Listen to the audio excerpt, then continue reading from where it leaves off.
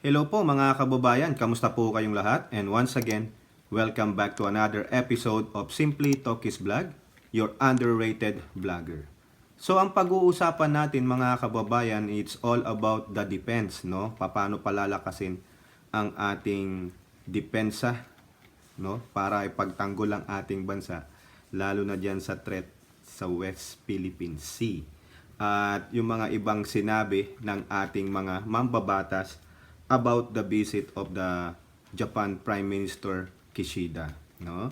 So, meron po tayong mga article na babasahin sa inyo. Meron pong good news diyan, no? At bago po tayo magsimula ng ating talakayan, pagbibigay ng opinion at reaction, i-flex ko lang po yung Haya Nature Resort. For more details, punta lang po kayo sa kanilang Facebook page at tayo rin po ay magpupugay sa ating mga channel members at sa mga viewers na nanonood ng ating videos.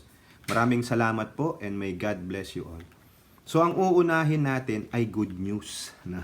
Eto na naman tayo sa good news. After nung bisita at mga aid, no, grant at mga tulong na ibinigay ng bansang Hapon sa atin, kahapon po sa ating bansang Pilipinas, ang delegation ng Indian government ay nakipagkita po sa ating presidente. At ayan nga po, sa balita ng Presidential Communications Office, Indian government offers 7. Nag-o-offer sila ng 7 helicopter para po sa Coast Guard's rescue humanitarian efforts. Ayun po ang sabi ng ating Pangulong BBM, no? Basahin lang po natin yung article.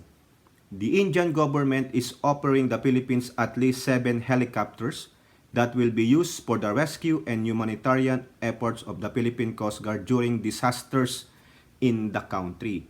President Marcos Jr. said that India's offer to provide helicopters to the Philippine Coast Guard will be a big help to the Philippine government's effort to build up the country's capabilities in terms of rescue and humanitarian efforts, no? Bigyan lang natin ng konting reaction yan. Thumbs up. Agree po ako dyan, no? Kasi dito, no, kung makikita nyo yung mga movie about mga rescue at the sea sa mga Coast Guard ng mga mayayamang bansa, no? It can, yung bang kahit na yung lakas ng hangin, may certain, lang ng gust of wind, no? Makita nyo yung helicopter nila, napakatibay, eh. O di kaya yung isang show na Deadliest Catch, no? Kung yung TV series po yan, no, kung makikita nyo, yung meron silang nire-rescue dyan sa Alaskan, kasi Alaskan crab po hinuhuli dyan, eh, no? Makita nyo kung may nire-rescue, ang lakas na may bagyo, ang lakas ng hangin, pero yung helicopter ng Coast Guard ng US, ang tibay, eh. Sana ganong kaganda, no? Kahit na, hindi naman siguro yung signal number 5, pero it can withstand. Maski na yung malakas ang hangin, no? Kayang-kaya nilang mag-rescue. Ang tanong, the cost. Tingnan nyo ha, Indian. Nasabi na natin ito sa previous vlog natin. Gusto talaga nilang magkaroon tayo ng stronger relationship. Lumalapit sa atin. Kita nyo, nakikita nila yung unang-una. Siyempre, meron silang interest din sa ating bansa. Kung ano man yon, then we have to capitalize that. We have to maximize it. Kung ano rin yung makukuha natin na siyempre may interest sila, eh. Di interest din natin kung anong pwede nilang i-offer sa atin. O dito, sila na nag-o-offer. 7 helicopter. Yan, tanong, magkano? At tuwang-tuwa po dyan ng Coast Guard. Siyempre, mga bagong yan, no? Technology. Hindi na tulad nung mga ginagamit yata ating pang-rescue, yung pang-military, pang-lumang-luma, yung ginamit pa nung Vietnam War. Di ba? Kawawang-kawawa talaga tayo, kanyo, no? Ang yumayaman lang yung mga ibang politiko saka mga oligarkong ganid sa kwarta, no? The president added that it will also be a big contribution for PCG's maritime operation. Correct. We're trying to build up our capacity, our capabilities in terms of our Coast Guard, in terms of of course, the search and rescue is always the primary consideration. Ang gulo mo magsalita, PBBM, eh. Ayaw mo pa kasing tukuyin, eh. Di ba? As you heard the news, there is a continuing problem really that we have to deal with and we have to increase our capabilities. Ayun naman pala! Alam nyo na yung pinatutungkulan niya. Dito lang, as you heard the news. Di ba? Ano yung news? Yung dispute natin dyan sa West Philippine Sea, hindi lang gustong tukuyin ng presidente. Para naman, hindi magsalita yung Global Times, yung dyaryo ng Chekwa. Mamaya cry foul na naman sila. Ia-out of context na naman yung sasabihin ng Pangulo. Di may issue na naman sila. Ipropaganda na naman nila doon sa mga engot-engot nilang citizen. Kaya dito, di ba, hindi man direktang tinukoy, pero hindi mo sasabihin, as you heard the news, ano ba problema nila? Di internal. Ang galing, no? Ang galing ng Pangulo, Ano ba ganyan ng safe. President Marcos made the remarks during the courtesy call of Indian Ambassador to the Philippines, His Excellency Shambhu Kumaran, last week where he discussed the continuing efforts to strengthen the bilateral relation between the Philippines and India. For his part, Ambassador Kumaran said that there are already ongoing talks between the Indian government, the Philippine Coast Guard, and the Department of Transportation for the supply of 7 helicopters for the agency's maritime and rescue operations and humanitarian services. The PCG is attached to the agency of the OTR. Kaya nga po civilian in nature ang Coast Guard natin. Hindi po siya nasa military. The discussion is going on very well. The Coast Guard is very interested. They flown the helicopter. Kaya pala may training na Ayos yan. I would request your consideration because that will be a very positive program, Kumaran told President Marcos. Kumaran said that the helicopters will be provided to the PCG are built for India's Navy and Coast Guard that can be used for more active security operations that can carry more people on load. Very good. So these 7 helicopters is really an optimal solution given the changing requirements for the Philippine Coast Guard to play a more active role in its security. Correct. President Marcos said that he will discuss India's offer to the Philippine Coast Guard with DOTR Secretary Bautista. Sige na po. Siguro, pwede naman sigurong i-bargain yan with discount pa. Go ako dyan mga kababayan. As long as ma-modernize tayo. Kasi sabi dito yun yung solution, for more active security operations that can carry more people and load. Diba? The more people you can evacuate in times of disaster, the more you can save lives. Diba? Tama po yan. Ang tanong ko nga sa inyo is the cost, kung kakayanin. Sana naman po. 7 lang naman Diba? Kaya mo yan, BBM. Kayo dyan sa mga kongreso bawas-bawasan nyo ang inyong pork barrel daw, sabi ng dating Pangulong Duterte ninyo. Di ba? Eto. Another positive news na naman ito, mga kababayan. Sabi ko sa inyo, positive bago tayo pumunta sa negative. Para list na yung worries ninyo. Okay? Nung umalis na po si Japan Prime Minister, meron pong isang senator na positive ang kanyang binigay na outlook. Abante TNT. Japan, tunay na kaibigan. Ayon po kay Senator Lito Lapid. Kamagong! Naalala niyo yung mga kaibigan? Napanood niyo ba yung movie niya noon? Batang-bata pa ako. Yung Kamagong. Lumipad kang parang ibon. Bumagsak kang parang tuyong dahon. Di ba? Ang galing, Kamagong. Arnis yun laban ng Arnis. Ito po sabi, sinegway lang natin yun kasi si Lito Lapid, di nyo natatandaan kung pelikula nyo. Pinapurihan ni Senator Lito Lapid si Japanese Prime Minister Kishida Fumio sa pagbisita sa Pilipinas sa gitna ng maraming hamon na kinakaharap ng mundo. Talaga naman. Ayon kay Lapid, ang pagbisita ni PM Kishida ay pagpapakita ng mas malalim na pagkakaibigan at mas matatag na relasyon ng bansang Hapon at Pilipinas. So quote, sa panahon ngayon na maraming hamon ang kinakaharap ang ating mundo, kailangan natin ng mga tapat na kaibigan na maasahan at masasandalan na tumulong sa pagtatanggol sa ating demokrasya at soberenya. Hello, China. Di po ba, Kailangan natin ng mga tapat na kaibigan na maaasahan at masasandalan. O kayo ba? Meron ba kayong ganyang kaibigan? Your true BFF, di ba? Oh, hello, China. Where are you now? Hindi. Kantahin natin yan kay Mr. Robin Padilla, di ba? Wala nang Wonderful Tonight. Kanta na ng Nazareth. Where are you now? Di ba tahimik pati si Bato? Tahimik. Nasaan na yung mga ano na yan, no? Senador na yan.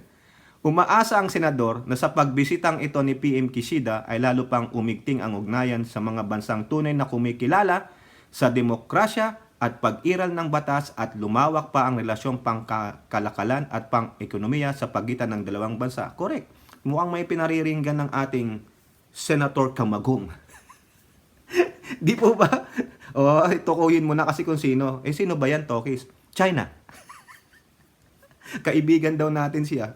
Oh, pero anong nangyari? Backdoor.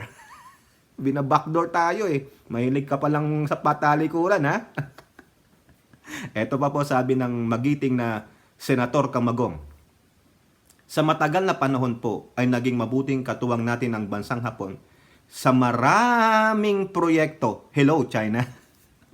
Na para sa ikasusulong ng ating ekonomiya. Correct. Tama naman po lahat ng pinunto ni Senator Lito Kamagong Lapid. Di po ba?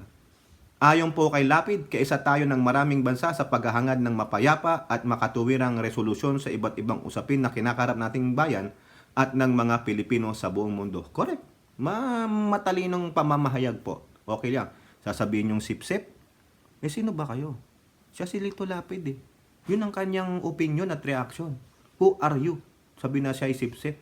Inggit lang kayo. Diba? Sabi nga nila, pag inggit, pikit.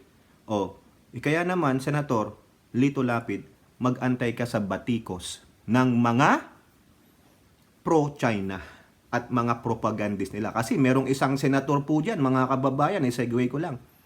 Binira na po siya ng mga pro-China na nabasa ko po yan sa balita ng politiko. Si Senator JB Ejercito. Binira na po ng yung mga pro-China, mga DDS daw sila, pero pro-China po. No, kasi sinabi po ni JB Ejercito sa kanyang tweet, no? Sabi niya, Chinese character, pero sa English translation, Ambassador Zhang Wilzhen, yung sa Pilipinas ambassador nila, go back to China. Ay nako, binira po siya. Binira po siya. Nasa politiko po yan. Binira siya, mga kababayan. Kawawa si JB Ejercito. Pero anong sabi ni JB Ejercito? Ayan po. Oh. Ayan, oh. Fighting for what is right. JB Ejercito unbothered by trolls after condemning China. I am not bothered by the attacks and character assassination of late because I know deep in my heart and in my mind that I am fighting for our country's sovereignty and interest. Ayan. Ha? Ejercito said his criticism of China does not equate to call to war. O, kasi ganun po yung mga sinasabi ng mga propagandist ng China. Doing so does not mean I am inciting an armed conflict. Far from it. O. He said he was a victim to China's disinformation campaign helped by Beijing allies in the Philippines whom he called traitors. O, ayan. Ha? He shared, ha? Share niya po yung post propagated, ha? Hindi po ako nagsasabi nito. Politiko, pero sabi iyan, inuulat nila, ha? Inuulat nila galing kay JB Ejercito. He shared post propagated by Sasrogando Sasot, political witch boy, and Mark Anthony Lopez. O ayan daw po, ha? 'Di ba? Yan. Di ko akalain by fighting for our country's sovereignty and territory, may mga Pinoy na maninira at kakampi pa sa nananakop ng teritoryo natin. Wow! I cannot and I will not fall for the aggressor's narratives. Huwag maging makapili. Clap, clap, clap. No? Thumbs up kay Senator JB Ejercito. Diba? Akala nyo mapapabagsak nyo si Ejercito? Sige, good luck sa inyo. Di po ba? Ang dami kasing yung mga nabanggit doon, ha? Sila lang yan, pero marami po sila. No? Hindi natin alam. Tanungin natin, baka naman lumalamong kayo ng kwarta ng Tsekwa, yung mga disinformation specialist nila, no? O, alis tayo dyan. Eto pa, punta tayo sa Kongreso. Abante, una sa balita. Kongreso, kinasa mas matapang na aksyon sa West Philippine Sea. Ayon po yan sa kanilang magaling na Speaker Romualdez. Ay, Speaker, labas mo na daw yung libro. Maging transparent ka daw kasi sa Twitter binibira po siya dun eh, no, ni Boy Girl. Yung binanggit na isa ni ni JB Ejercito, no, si Boy Girl, no? Nasaan daw yung MOOE mo na audit? Sabi naman ng iba na komento doon, mauna muna maging example muna ang dating pangulo sa kayong mga leader ng nasa Davao daw. sila nag-aanuhan doon. Di mo ba? Pero dito sa Kongreso, happy po sila. No? Lalong-lalo na ang kanilang leader. Pinaplano ngayon ng Kongreso na irekomenda sa Executive Department ang mas matapang na aksyon ng Pilipinas sa pambubuli ng China sa West Philippine Sea. Naku, yari ka dito, Martin. Naku, yari ka na naman dito dun sa mga taong binanggit ni JB Ejercito. Bibirahin ka na ng bibirahin. Ang pambibira sa'yo, ilabas mo ang libro. Maging transparent ka daw yung mga pork barrel nyo. Yan ang naratiba nila. Hindi nila masasagot ito, yung tungkol sa issue ng West Philippine Sea. Deflect. Ayun po sila. Ha? Ayon kay House Speaker, maraming pamamaraan para tapatan ng Pilipinas ang pambubuli ng China bukod sa mga diplomatic protest. Ayan na po, tumatapang na tayo. Kasi hindi lang iisa ang kalabaw natin. Kaaalis lang nung isa pa. Di ba? O ito sabi niya, for one, we can give what our Coast Guard and Navy need right now. Kailangan natin ng battleship. Yung mas malaki pang barko kaysa dun sa barkong humaharang sa ating mga mangingisda at ating RORE mission. Ayan. Dagdag pa niya, another is allowing our allies to patrol the West Philippine Sea anytime para masiguro ang malayang paglalayag sa naturang lugar na hindi ginagambala ni numan. Ako, okay lang yan. Pero hindi yan ang another option ko. Ang gusto ko yung sinabi ni AFP spokesperson Colonel Medel Aguilar. It is our own doing. Ang ating RORE mission and resupply at paglalayag dyan sa West Philippine Sea, it should be only us. Para wala pong masabi itong mga pro-China na lagi tayong sumasandal sa kalabaw. Ito nga po to eh. Sasabihin ko sa inyo ha? Mamaya yan, may kokontra dyan. Okay? Kung titingnan mo ang reaksyon ng mga tao sa ginagawa ng China sa West Philippine Sea, galit sila at gusto nilang ng mas matapang na hakbang ang gawin natin. Correct. Kaya galit din yung mga China disinformation specialist eh. Inaaway yung mga pro-Pilipinas, pro-Pilipino. Kami pa daw ang anti-Pilipino. Pag galit ka sa China, gago. Aniya, ibigay sa mga persa natin ang nag-ooperate doon ang kanilang pangangailangan tulad ng mga kagamitan gaya ng mga patrol boats na bigay ni Prime Minister Kishida. We have to listen sa gusto ng ating mga kababayan. Correct. Ang gusto ko nga maggawa kayo ng aircraft carrier eh. At damihan nyo pa ang mga eroplano. Ayan. So ito po mga kababayan, punta po tayo dito sa Philippine News Agency. After po na mag-usap ang ating mga leaders at yung delegates ng Japan, kasama si Prime Minister Kishida, na lalo pang paiigtingin ang ating security cooperation. So yan po yung title ng article. Upgraded PH Japan Security Ties, not aim versus any country. Ayan po yung sabi ng Ministry o Japan's Ministry of Foreign Affairs nila. Japan's push to bolster security cooperation with the Philippines to promote a free, open Indo-Pacific region is not targeted against any country. Tokyo and Manila announced on Friday a number of initiatives to forge closer defense and security cooperation, including agreeing to start the negotiations on reciprocal access agreement. Yung RAA na po na ito ay equivalent po nito ay yung BFA. Yung Visiting Forces Agreement kung saan meron tayo sa mga sundalong Amerikano. Dito sa RAA, Ang kasama natin na magti-training ay mga Japanese soldiers, whether doon po sa bansang Hapon or dito po sa bansang Pilipinas. Pero ang tingin po dyan ng bansang China na bully, baka provocation na naman yan. They're crying foul nga po di po ba? In an interview on the margins of Prime Minister Fumio Kishida's official visit to the Philippines, Japanese Ministry of Foreign Affairs Secretary Maki Kobayashi Terada pointed out that Kishida and President Marcos have already agreed to have more beneficial defense cooperation to build resilience in the region together as early as February. We thought that it's going to be more important to have further cooperation, visiting each other, more training with each other, and that is easier to have an RAA to have more frequent cooperation together. Ayan, di ba? Kobayashi Terada reiterated that the improving Tokyo-Manila ties is not destined against any specific country. Kahit na ano pang sabihin nung iba dyan, tulad ng Chinang bully, wapakels po ako. The more friends we have, it's much better. Di ba? Wala, ingit sila no? We consider that it's important to increase resilience, increase capacity because the Philippines is situated in a very important sea lane, not only for us, but for the region and for the international community because there is extensive export and import and all the navigation going around in this region. So we think it's important to secure the capacity. Kita nyo? Very strategic talaga yung ating bansa. No? Kaya, good job. Ako, ayos ako dyan. Wala akong pakialam kung ano pang sasabihin ng bullying China at nung mga kanilang disinformation specialist. Okay? Now, yung sinasabi ko sa inyo kanina, meron diyang masasabi yung mga minority. No? Ito po, sa Abante Tonight. PH, di dapat paggamit sa mga superpower. Pimentel. Ayan.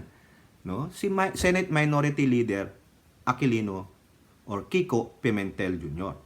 Nagbabala si Senate Minority Leader Coco Pimentel III na hindi III na pala ito, sorry III na hindi dapat maging susunod na battleground ng mga superpower na bansa ang Pilipinas.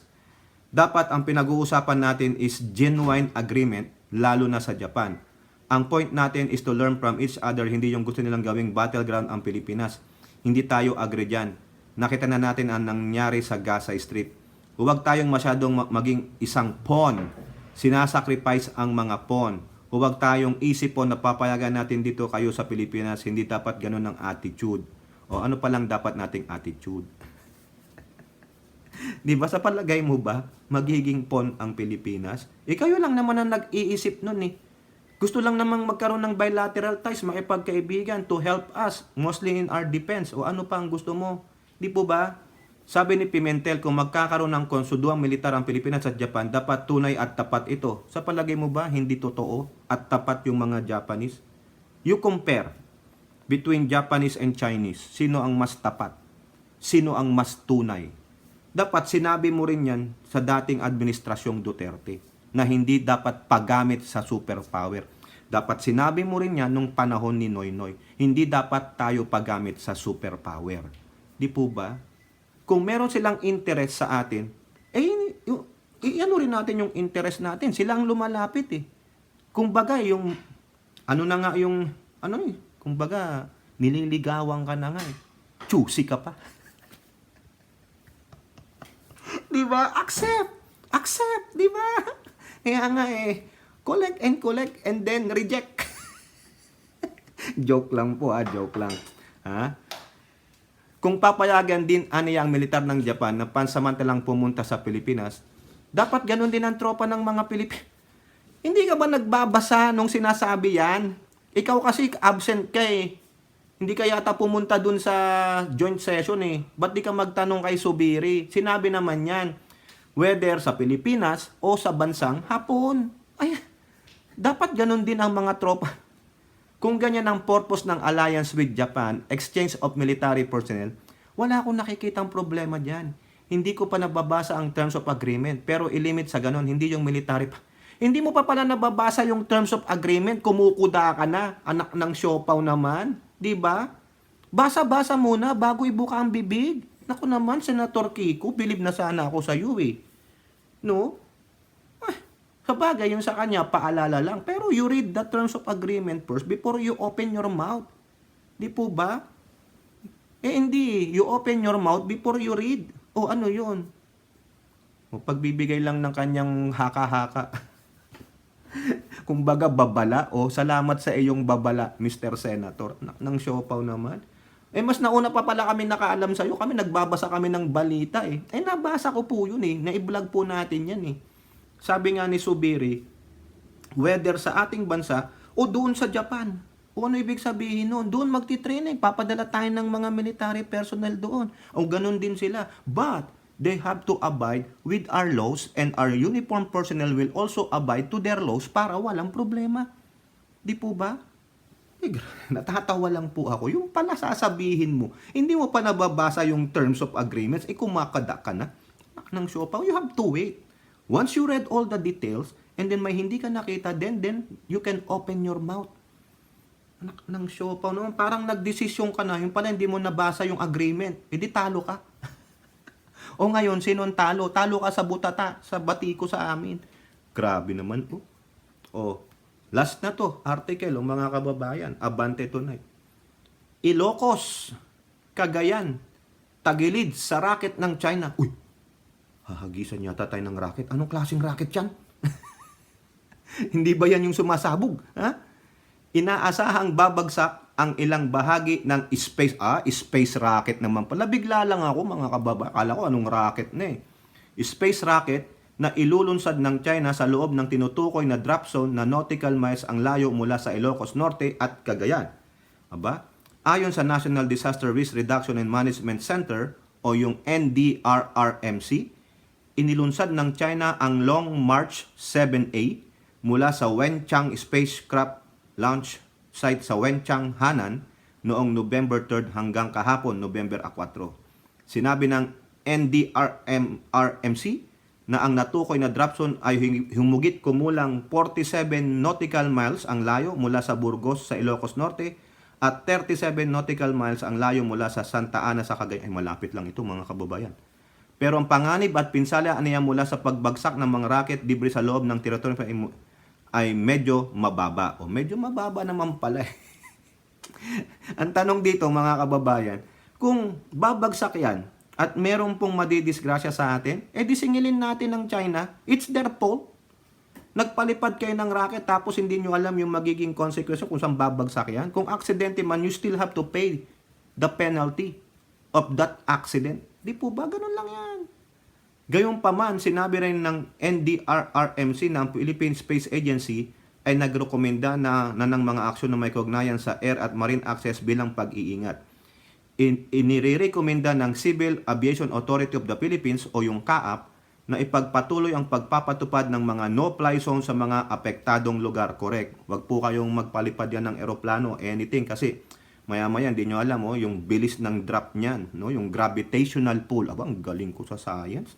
Gravitational pull. Whatever comes up must go down. Antindi, hindi po yung gravitational pull, yung bilis, the velocity, no? Pag bumagsak, gaano kabilis yan? Kasi hindi nyo alam din yung mga, siyempre sa physics, di ba? The velocity, no? May mga friction yan. Kasi, di ba sa aeroplano nga, yung mga space, pag mabalik, di ba, umaapoy-apoy. Kasi nadadaanan niya may friction, yung supersonic. Alam mo, ang galing ko sa science talaga. No? Well, sige, kayo po, titignan nyo, di ba? Kung napapanood nyo yung mga astronaut, bumabalik sa Earth, di ba? Ngayon, i-research nyo, di ba? Ang Philippine Coast Guard Bureau of Fisheries at ang National Mapping and Resources Information Authority ay pinapayuhan ding isalang-alang ang mga pansamantalang paghihigpit sa mga tinukoy na drop zone. Yes. Nagbabala ang PhilSA o yung Philippine Space Agency laban sa pagkuha o paglapit sa mga materyales para makaiwas sa pang-anib mula sa mga debris ng mga nakakalasong sangkap tulad ng rocket fuel. Correct po yan. Mag-ingat po kayo ha. Huwag kayong basta-basta, ay ano yan? Galing sa Alapaap. Kala nyo meteorite na, hindi po. Yung pala. masyadong poisonous na gamit ng mga Tsekwa. So pag may nadisgrasya sila diyan within our sa ating teritoryo, kasalanan nila 'yan. Kailangan managot diyan ng mga Tsekwa, mga balaura eh. Di po ba? Ano po? Kayo po, ano pong inyong masasabi diyan, no? Na 7 helicopter ang ino-offer ng Indian government para po sa Coast Guard, no? Yung kanilang latest. Yan, nasabi na gamit daw po nila ng Coast Guard at Navy nila. At ganun din po, tuwang-tuwa po ang Kongreso na protektahan, lalo silang mag-igting na magbigay ng pondo at atensyon diyan sa ating West Philippine Sea. Nais nilang bigyan ng modernong kagamitan ng ating Coast Guard at Navy para patuloy na pagpatutrolya. At ganun din po, sinabi ng Ministry of Japan ng Foreign Affairs nila na hindi po patama sa ibang bansa yung ating security ties, yung pinaigting pa na security ties o bilateral natin sa Japan. At sinabi rin ni Senator Lito Lapid, si Kamagong, na tunay at tapat na kaibigan ang Japan. Pero sabi naman ni Pimentel, huwag tayong maging pawn. Kasi hindi ko pa nababasa yung terms of agreement. At pinag-iingat po yung mga kababayan natin dyan sa Ilocos Norte at Cagayan sa maaring posibleng pagbagsak ng mga debris ng rocket ng China. Okay, so any comment down below and don't forget to like and share. Hope to see you on the next videos. Bye-bye. God bless.